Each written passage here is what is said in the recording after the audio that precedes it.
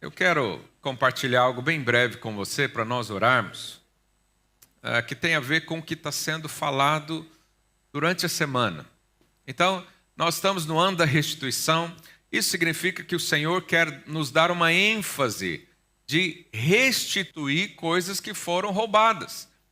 E você sabe, o inimigo roubou coisas de você desde Adão, porque o Senhor projetou uma vida em abundância para cada um de nós. Adão perdeu isso por causa do pecado, o pecado entrou, destruiu muita coisa, mas o Senhor Jesus veio como o segundo Adão para nos restaurar. Então, coisas que os seus antepassados perderam, você vai ser restituído. E na leitura do livro que nós estamos acompanhando, nós vemos essa construção de um raciocínio, onde mostra que o Senhor, em cada fase, em cada etapa, em cada conhecimento da nossa vida como um todo, o Senhor quer restituição. Mas por que isso acontece? Hoje eu quero apenas relembrar você de um assunto que já falamos sempre, talvez a maioria aqui já tenha recebido orientações, ministrações nesse sentido, mas para alguns talvez seja a primeira vez que você ouve. Por quê? A Bíblia faz uma diferenciação entre salvação e reino. Nós precisamos entender isso, porque isso tem a ver com a nossa eternidade. Quando nós falamos sobre o reino, e você já deve ter visto alguma expressão do tipo, nós vamos reinar com Cristo. Quem aqui quer reinar com Cristo? Eu quero. Mas quais as condições para isso, segundo a palavra de Deus? Então eu quero falar muito breve para você hoje a diferença de salvação e reino. Pergunta aí seu vizinho, você sabe a diferença entre salvação e reino? Sendo bem resumido, a salvação nós adquirimos como? Pela fé, pela graça. Graça de Deus. Então, lá em Efésios 2:8 diz, porque pela graça sois salvos, mediante a fé. E isso não vem de vós, é dom de Deus, não de obras, para ninguém se glorie. Romanos 10:9 diz, se com a tua boca confessares Jesus como Senhor, e em teu coração creres que Deus o ressuscitou dentre os mortos, será o quê? Salvo. Atos 16:30, você conhece a história, Paulo e Silas lá na prisão, eles louvam ao Senhor, acontece ali um terremoto, as cadeias se abrem, o carcereiro vê toda essa cena e tenta se matar, e Paulo fala, não tire a sua vida, vem aqui ouvir a palavra também, Aí, Atos 16:30, depois trazendo-os para fora, disse, aqui o carcereiro, senhores, que devo fazer para que seja salvo? Responderam os discípulos ali, crê no Senhor Jesus e serás salvo tu e a tua casa. João 3:36, as próprias palavras de Jesus, ele diz, por isso, quem crê no Filho tem o quê? A vida eterna. O que todavia se mantém rebelde contra o Filho não verá a vida, mas sobre ele permanece a ira de Deus. Então, a salvação você adquire pela fé. Ninguém tem que fazer nada para adquirir salvação. Todas as igrejas do mundo pensam assim, creem nisso, pregam isso, ensinam isso. É graça de Deus. Você só precisa querer. Você só precisa crer. Você só precisa confessar. Você só precisa olhar para Ele. E ao olhar para Ele, a vida eterna entra dentro de você. Quantos já receberam essa vida aqui em nome de Jesus? Aleluia. E qual que é a garantia da salvação? O sacrifício de Cristo. O sangue de Jesus foi derramado. O sacrifício foi aceito. Ele mesmo disse lá na cruz, está consumado, está finalizado. A obra foi feita. Terminei o que tinha que fazer. Qual que é a garantia da salvação então, irmãos? O sangue de Jesus. Aleluia. E a salvação se perde? A maioria dos estudiosos diz que não. A maioria. Mas você vai ver também uma parte falando que sim. Mas eu fico com a palavra de Deus que diz lá em João 10, 28. Coloque João 10, 28.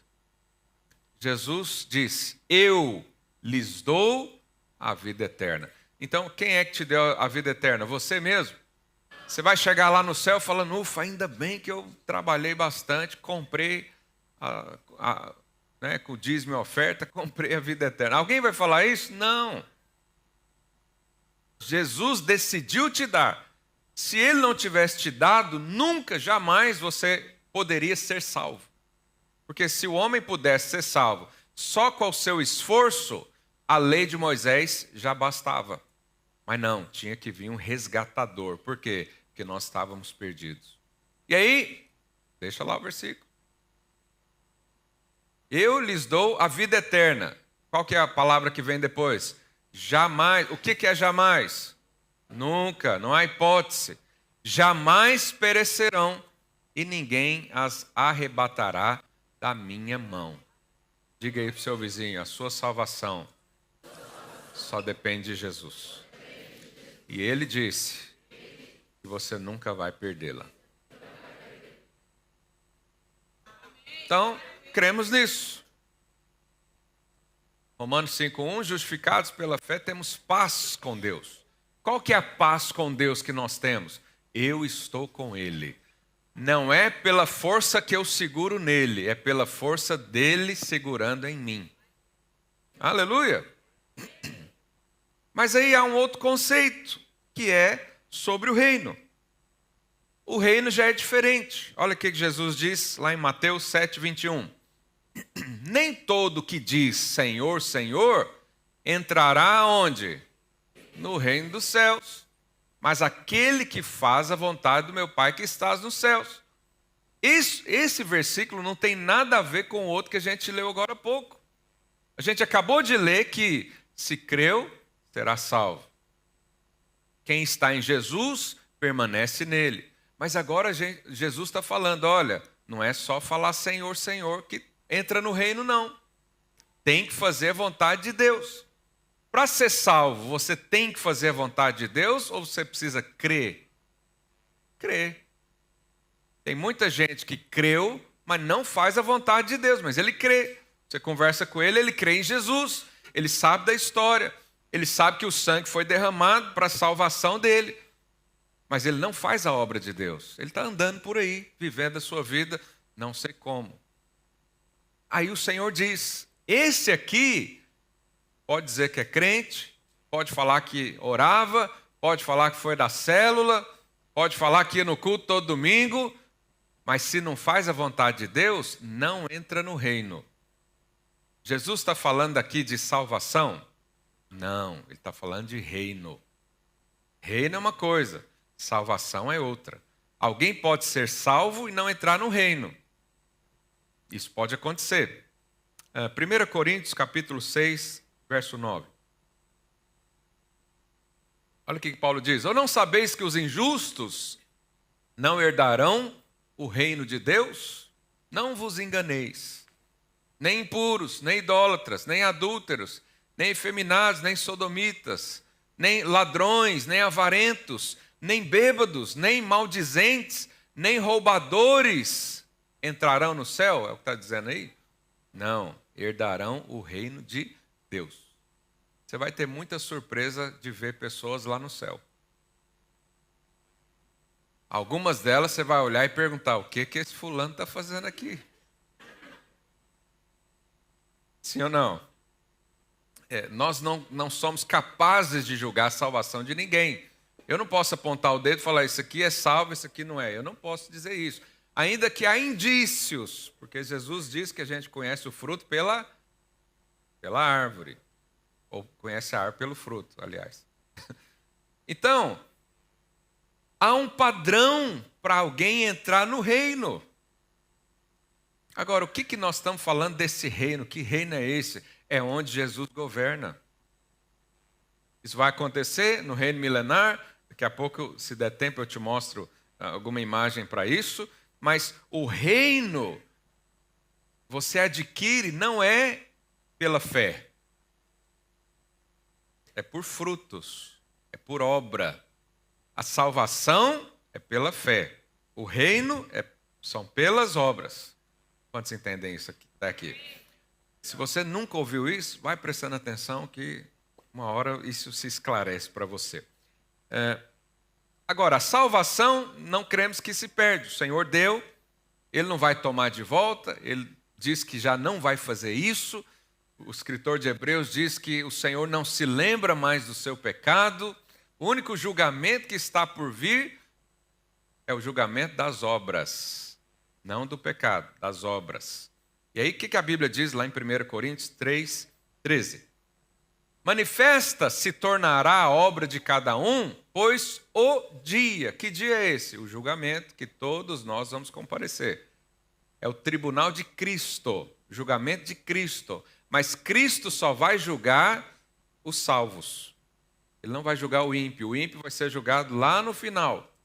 Depois, outro dia, eu falo de Apocalipse para você. O dia demonstrará, porque está sendo revelada pelo fogo, qual seja a obra de cada um, o próprio fogo provará. Se permanecer a obra de alguém que sobre o fundamento edificou, esse vai receber o quê? Galardão. Se a obra de alguém se queimar, sofrerá ele dano, mas esse mesmo será o quê? Salvo. Todavia, como através do fogo. Então, aqui Paulo está dizendo o seguinte: o julgamento dos salvos vai ser o julgamento das obras. O que você fez da sua vida? O que você fez com os dons espirituais que Deus te deu? O que você fez com o tempo e as oportunidades que lhe foram confiadas? O que você fez? Tem muito crente que vai ser reprovado aquele dia. Mas ele vai ser expulso do céu? Não, mas não vai reinar. A Bíblia diz que ele vai sofrer dano. É difícil explicar que dano é esse, mas, na minha opinião, o dano é não reinar. Depois, um dia, a gente pode sentar e falar só sobre isso, se você quiser. Quando alguém está celebrando e você está de fora, qual que é o sentimento? Jesus, era para eu estar lá. Já pensou, alguém paga uma festa para você, aí na hora de sair fura o pneu, ou alguém comprou uma viagem de cruzeiro, 7 dias pelas ilhas da Itália. Só que aí você perdeu o horário. Quando você chegou lá no porto, o navio já tinha ido embora. Qual que é a sensação? Isso é um dano. Então, o texto diz que alguns vão sofrer dano porque não tem obra para mostrar. E esses aí vão ser salvos, continuam no céu, mas não vão reinar com Jesus. Vão fazer o quê? Não sei, não quero saber e não tenho raiva de quem sabe. Porque eu quero reinar com o Senhor, eu só estou preocupado com isso. Para reinar, a gente sabe mais ou menos o que vai acontecer. Aleluia! Gálatas 5, verso 19. Paulo também diz, as obras da carne são conhecidas. E são o quê? Prostituição, impureza, lascívia, idolatria, feitiçaria, inimizade, porfia, ciúmes, iras, discórdias, dissensões, facções, invejas, bebedices, glutonarias e coisas semelhantes a essas, a respeito das quais eu vos declaro, como já outrora vos preveni, que não irão para o céu, é isso? Não.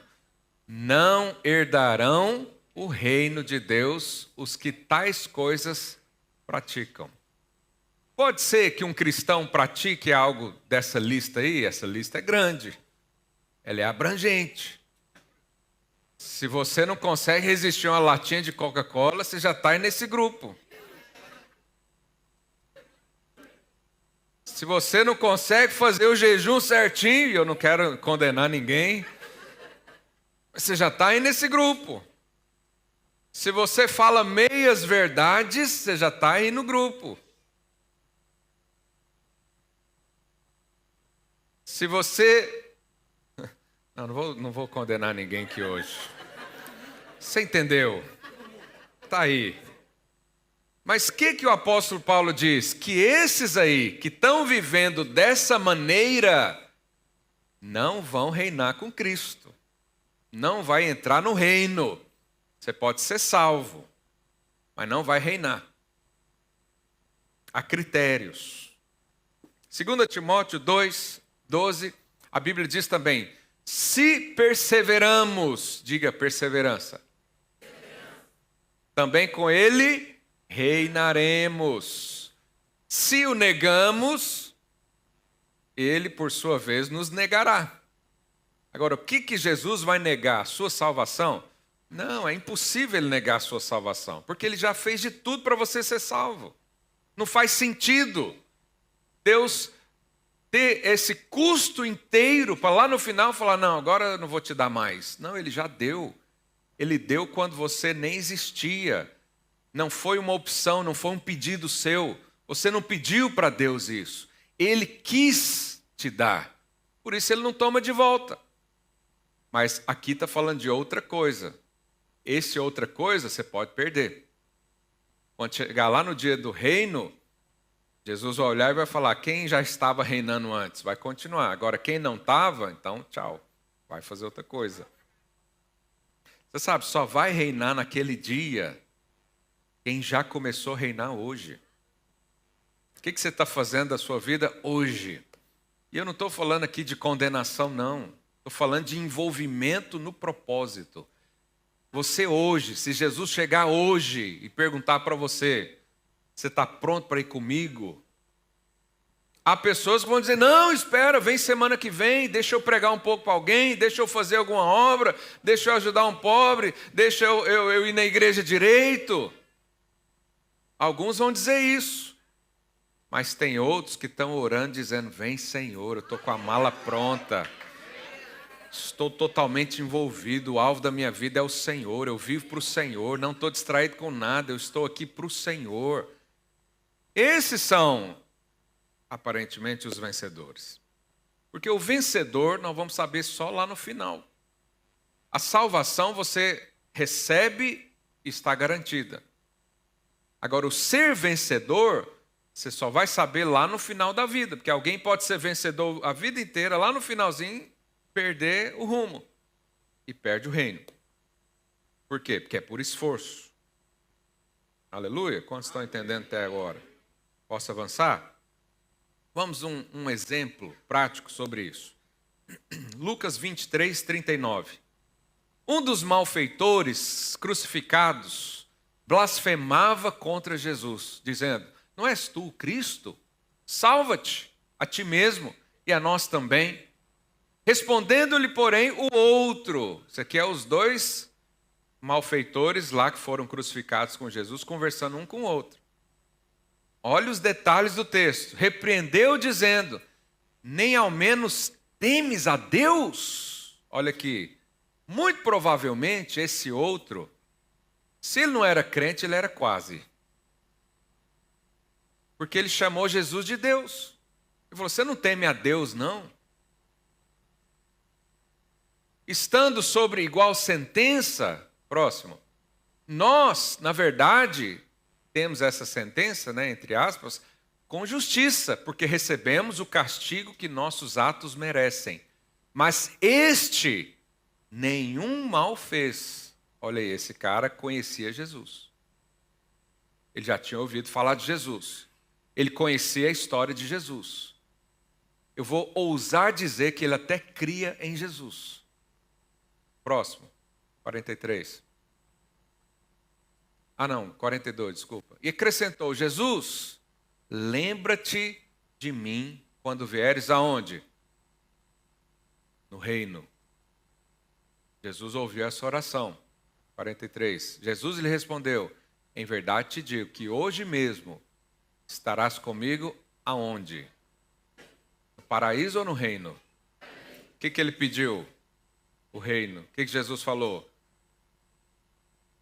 A salvação eu te dou, mas o reino não. Deu tempo daquele malfeitor cumprir a palavra de Deus, ser diligente nas coisas que o Senhor talvez mostrou para ele? Não. Talvez ele era eu estou elocubrando aqui com você, você pode ouvir isso e jogar fora hoje mesmo, não tem problema. Talvez ele era alguém que andava ali entre os crentes, mas ainda tinha um caráter desaprovado. Talvez era uma pessoa que não se envolvia com a obra de Deus, mas conhecia, tinha conhecimento. Porque ele repreendeu o outro lá falando, o que é isso? O que você está falando? Esse aqui é justo. Esse aqui é o Senhor. E aí Jesus falou para ele, você vai ser salvo, porque você creu em mim. Mas o reino, eu não posso te colocar no reino. Um outro exemplo, na mesma situação, Mateus 20, 20. A mãe de Tiago e João chegou até Jesus, olha lá, então você chegou a ele, a mulher de Zebedeu, com os seus filhos, Tiago e João, os discípulos, e adorando, pediu-lhes um favor. Perguntou o Senhor, o que queres? Ela respondeu, manda que no teu reino, olha aí de novo, no teu reino, esses meus 2 filhos se assentem, um à direita e outro à tua esquerda. Mas Jesus respondeu, não sabeis o que pedir. Pode vós beber o cálice que eu estou para beber? Responder, podemos. Então ele disse, bebereis o meu cálice, mas ao assentar-se à minha direita ou à minha esquerda, não me compete concedê-lo. É, porém, para aqueles a quem está preparado por meu Pai. O próprio Jesus falou, não sou eu que vou escolher. Vai haver um julgamento lá no final. Depois do julgamento, aí é que a gente vai ver quem vai sentar de um lado ou do outro. Por quê? Porque as cadeiras do reino estão ainda desocupadas. Quem vai sentar lá? Quem o Senhor permitir. Não é só eu quero. Não é só, eu gostaria. Não, é preciso um critério para sentar nessas cadeiras. Deus está avaliando quem vai sentar nelas. Um outro exemplo das virgens prudentes, Mateus 25, 1. Então, o reino dos céus será semelhante a 10 virgens que, tomando as suas lâmpadas, saíram encontrar-se com o noivo. 5 delas eram nécias e 5 prudentes. As nécias tomaram as suas lâmpadas, não levaram azeite. Falei para o seu vizinho, elas não levaram azeite. O que significa isso? Distração. Será que alguém não falou para elas, olha, o dia que o noivo vier tem que ter azeite. Será que foi falta de aviso? Não, porque tinha 5 que tinha levado. Por que é distração? Porque enquanto umas estavam enchendo lá de azeite, outras estavam fazendo não sei o quê. Enquanto eu e você estamos aqui servindo a Deus, tem outros aí fazendo não sei o quê. E o que acontece? Verso 5. E tardando o noivo, foram todas tomadas de sono e adormeceram. Mas à meia-noite ouviu-se um grito. Eis o noivo! Saí ao seu encontro. Então se levantaram todas aquelas virgens e prepararam as suas lâmpadas. E as nécias, as tolas, disseram às prudentes, dai-nos o vosso azeite, porque nossas lâmpadas estão se apagando. Mas as prudentes responderam, não, para que não nos falte a nós e a vocês. Ide antes aos que vendem e comprai-o. E saindo elas para comprar, chegou o noivo, e eis que estavam apercebidas, entraram com ele nas bodas e fechou-se a porta. Diga, fechou-se a porta. Mais tarde chegaram as virgens tolas, as nécias, clamando, Senhor, abra-nos a porta. Mas o que ele respondeu? Não te conheço. Vigiai, pois, porque não sabeis o dia nem a hora. Vigia, por quê? Porque o dia que ele vier arrebatar a igreja, só quem é prudente é que vai. Quem está distraído não vai. Quantos estão entendendo? Irmãos, me dá mais uns minutinhos, eu perdi um pouco do tempo. Quem me dá aqui mais 10 minutos? Deixa eu ver. 10, 20, 30. Cada um me deu 10. Vamos para Apocalipse. Irmãos, tenham paciência, hoje é um culto diferente. Tivemos aqui testemunhos e foi uma bênção ouvir. Apocalipse 2, 17. quando João tem a mensagem para as igrejas, e você pode interpretá-las de várias maneiras também, no final de cada carta para cada igreja, para cada cidade, né, tinha lá um finalzinho, vou chamar do gran finale. Olha lá, Apocalipse 21, 7, acho que isso aqui é a terceira igreja, agora não me lembro ao certo. O vencedor herdará essas coisas. Que coisas? Você vai ler o texto para você entender. E eu lhe serei Deus, e ele me será filho. É 2,17 mesmo? Então, volta a fita, vou começar aí. Quem tem ouvidos, ouça o que o Espírito diz às igrejas. Ao vencedor. Para quem que é essa mensagem? Então, se está falando ao vencedor, a palavra aqui está limitando um grupo de pessoas. Ele está dizendo a toda a igreja. Ele está dizendo ao vencedor. Dar-lhe-ei o quê? Do maná escondido. Irmãos, eu não sei o que é o maná escondido, mas eu quero. Eu já quero. Se a Bíblia fala que está escondido, eu já lembro do tesouro precioso que é Cristo, eu já falo alguma coisa de mais importante tem aí. Bem como lhe darei uma pedrinha branca. Próximo. O resto do versículo. E sobre essa pedrinha, escrito um nome. Que nome vai estar escrito na pedrinha que o vencedor vai receber? Não sei também. Só ele vai saber. Olha lá, o qual ninguém conhece, exceto aquele que recebe. Vai para o verso 26. Ao vencedor que guardar até o fim as minhas obras. Aqui está falando de salvação? Não, porque está falando de obra. Se é obra, não é salvação. Porque a obra é pela fé, não por obras. Ao vencedor que guardar até o fim as minhas obras, eu lhe darei o quê? Autoridade sobre as nações. Agora, irmãos, autoridade para quê? Governo. E o que não guardar a obra até o fim, vai receber isso? Não, porque aqui está dizendo que vai dar só para o vencedor. Ao vencedor vai receber autoridade. Eu não sei você, mas eu quero receber essa autoridade. Para que vai servir essa autoridade? Para governarmos com Jesus. Amém? Capítulo 3, verso 12, ainda nesse grupo das cartas às igrejas. Ao vencedor, faloei coluna no santuário do meu Deus, e dali jamais sairá. Gravarei também sobre ele o nome do meu Deus e o nome da cidade do meu Deus, a Nova Jerusalém, que desce do céu, vinda da parte do meu Deus e do meu nome. Apocalipse 3, 21. Ao vencedor, dar-lhe-ei, olha aí o que a mãe dos discípulos queria para os seus filhos. Dar-lhe-ei sentar-se comigo no trono. Onde é que você vai sentar lá na eternidade? Eu quero sentar no trono. Mas aqui está dizendo ao vencedor. Não é para todos, é ao vencedor. Assim como também eu venci e me sentei com meu Pai no teu trono. Então, quem são esses vencedores? Em outro texto, lá em Apocalipse 12, verso 7, vou ler rápido aqui para dar tempo. Houve peleja no céu. Quando será isso aqui, irmãos? Vamos situar isso aqui. Quando que haverá essa peleja? Quando os vencedores forem arrebatados. Primeiro arrebatamento. Depois vai ter um segundo, mas no primeiro. Houve peleja no céu. Miguel e seus anjos pelejaram contra o dragão. Também pelejaram o dragão e seus anjos, todavia não prevaleceram, nem mais se achou no céu o lugar deles. E foi expulso o grande dragão e a antiga serpente que se chama Diabo e Satanás, o sedutor de todo o mundo. Sim, foi atirado para a terra e com ele os seus anjos. Isso aqui é o quê? É o início da grande tribulação. Sabe, hoje o lugar físico, geográfico dos anjos e demônios são nos ares.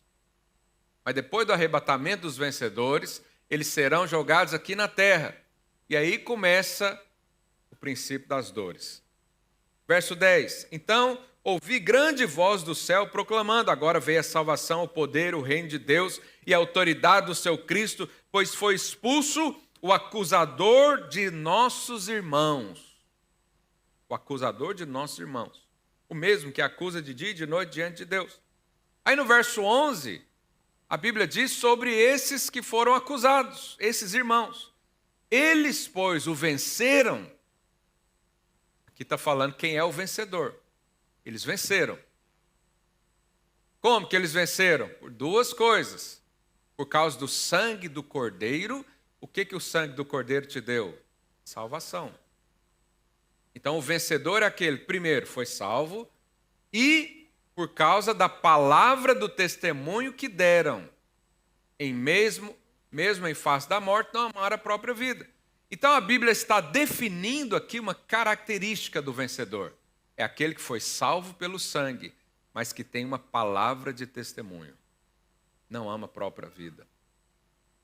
Ou seja, está totalmente envolvido com Deus. Então esse é o vencedor. Você quer ser um vencedor? Então isso tem que acontecer até o final da sua vida. Você é lavado pelo sangue, você tem o passaporte dos céus, mas você também é aprovado por Deus pela sua obra. Então, o vencedor é aquele que faz a vontade de Deus. Diga amém. Amém. O vencedor é esse. Você conhece algum cristão que não faz a vontade de Deus? Há muitos. Há muitos que não fazem a vontade de Deus. Esses aí não vão reinar com Deus, não vão reinar com Cristo. Eu até tinha preparado aí, coloca a imagem total, não aquela fragmentada.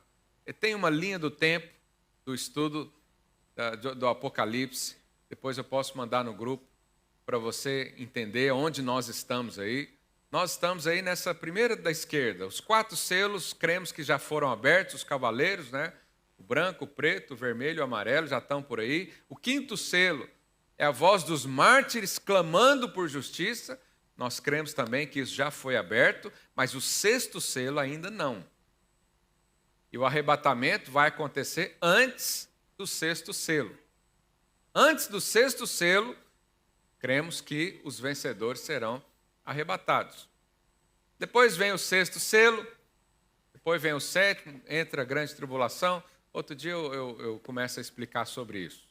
Amém? Mas é só para você situar aí o que vai acontecer daqui para frente. Eu acho que você deve saber. Então, vencedor, diga, vencedor é o que faz a vontade de Deus. Agora, como é que nós vamos descobrir a vontade de Deus? Como saber? Lá em Romanos 12:2, o texto nos explica.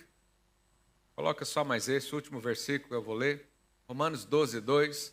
Olha o que a Bíblia diz. E não vos conformeis com esse século, mas transformai-vos como? Renovação da nossa mente.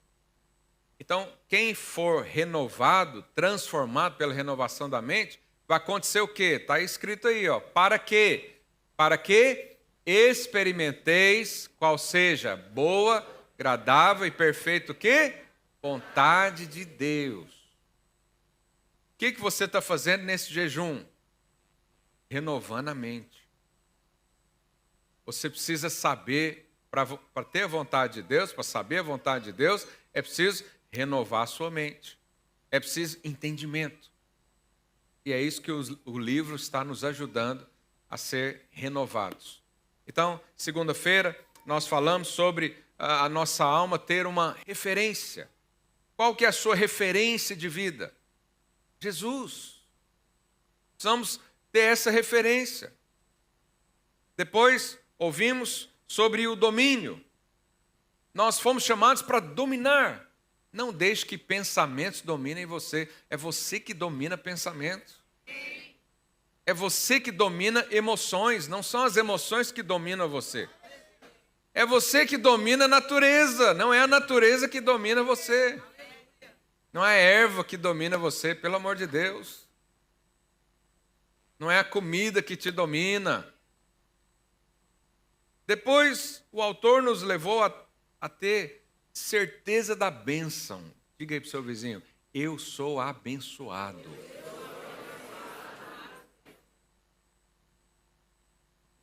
Você sabe que tem muito crente que não consegue falar isso? Não consegue. E outros, quando ouvem falar, você é muito, como é que diz? Convencido, metido. Você é muito arrogante. Como que você é abençoado e eu não? Não sei. Eu estou dizendo que eu sou. Você não é?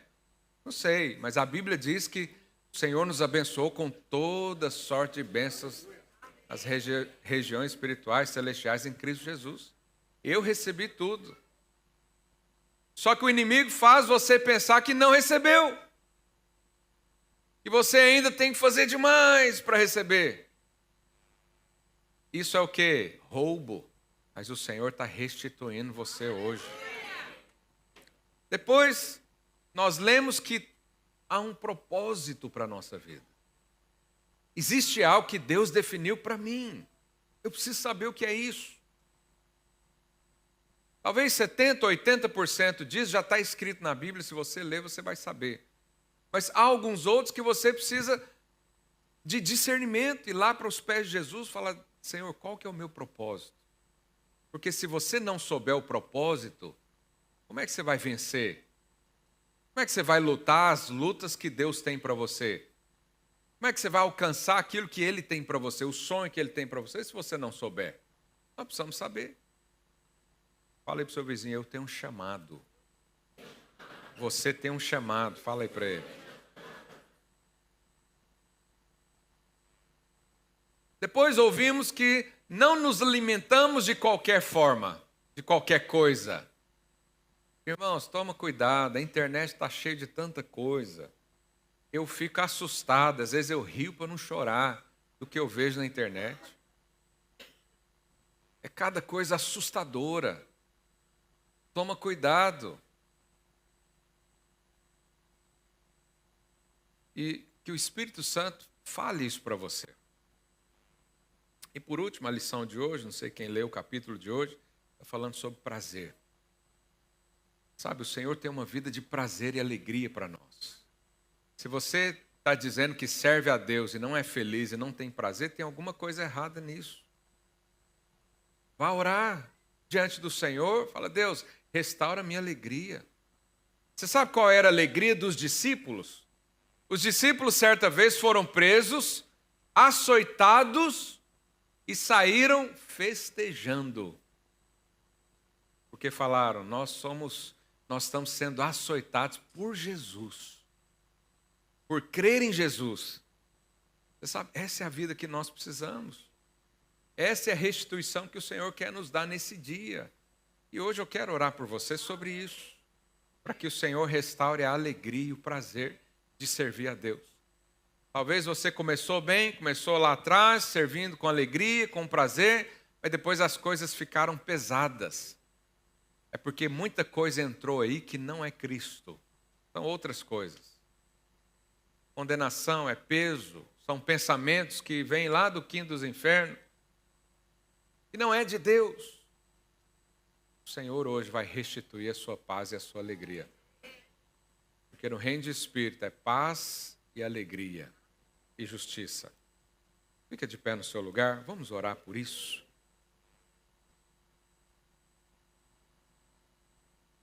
Paz e alegria. Se um dia você perder alguma coisa por causa de Jesus, o sentimento que tem que vir é obrigado pelo privilégio de sofrer pelo teu nome. Se um dia alguém fizer uma crítica porque você é um cristão, se você é um vencedor, você vai dizer, aleluia, estou indo no caminho certo. Porque se o mundo me abraçar e falar, você é crente, mas não é tão assim igual aos outros, significa que você está no mau caminho. Porque o Senhor nos chamou para seguir a Ele. Os sofrimentos que Cristo teve, eu e você vamos ter também. Jesus foi rejeitado? Sim, então nós vamos ser rejeitados também. Jesus sofreu dores no corpo? Às vezes nós vamos sofrer dores no corpo. Jesus foi desacreditado?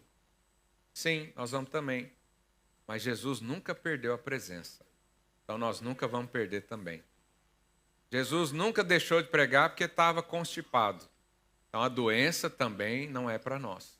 O sofrimento que ele teve, nós podemos ter. O que ele não teve. Jesus andava em dúvida? Jesus tirou um ano sabático? Não, eu vou tirar um tempo aqui para descansar um pouco. Não, ele falou que não tinha tempo nem para deitar. Ele pregava 3 dias seguidos. Quando ia descansar, subia no monte para orar. Quando descia do monte, já tinha um grupo lá. Esse aí nós vamos passar por isso também. Seu tempo vai ser menor do que alguém que está lá hoje na lagoa, pegando sol, desfrutando. Mas o dia que o Senhor chamar, ele vai continuar lá na lagoa. E eu e você vamos ser levados com ele. Aleluia! Eu não sei você, mas essa é a vida que eu quero. É isso que me deixa feliz. É servir o Senhor. É Deus apontar o dedo para mim e falar, servo bom e fiel, continua. É isso mesmo que eu tenho para você. As coisas desse mundo, para mim, não tem valor nenhum. Se eu tiver bens, amém. Se eu não tiver, amém também. Mas eu quero o que Jesus tem para mim. Eu quero seguir a vontade de Deus. E a consequência, uma delas, é que você viva feliz e contente no seu coração. Feche os olhos no seu lugar.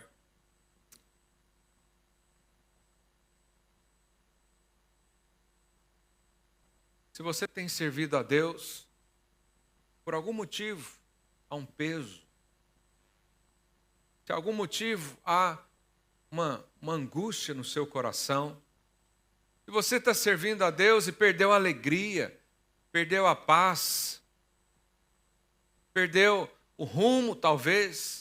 Você estava feliz servindo, você considerava coisas boas, perder tempo por causa do Senhor, perder dinheiro por causa do Senhor, mas agora nem isso mais, tudo é pesado, tudo é difícil, você está indisposto. Hoje mesmo o Senhor quer restaurar a sua alegria, o seu prazer. Hoje mesmo, em nome do Senhor Jesus.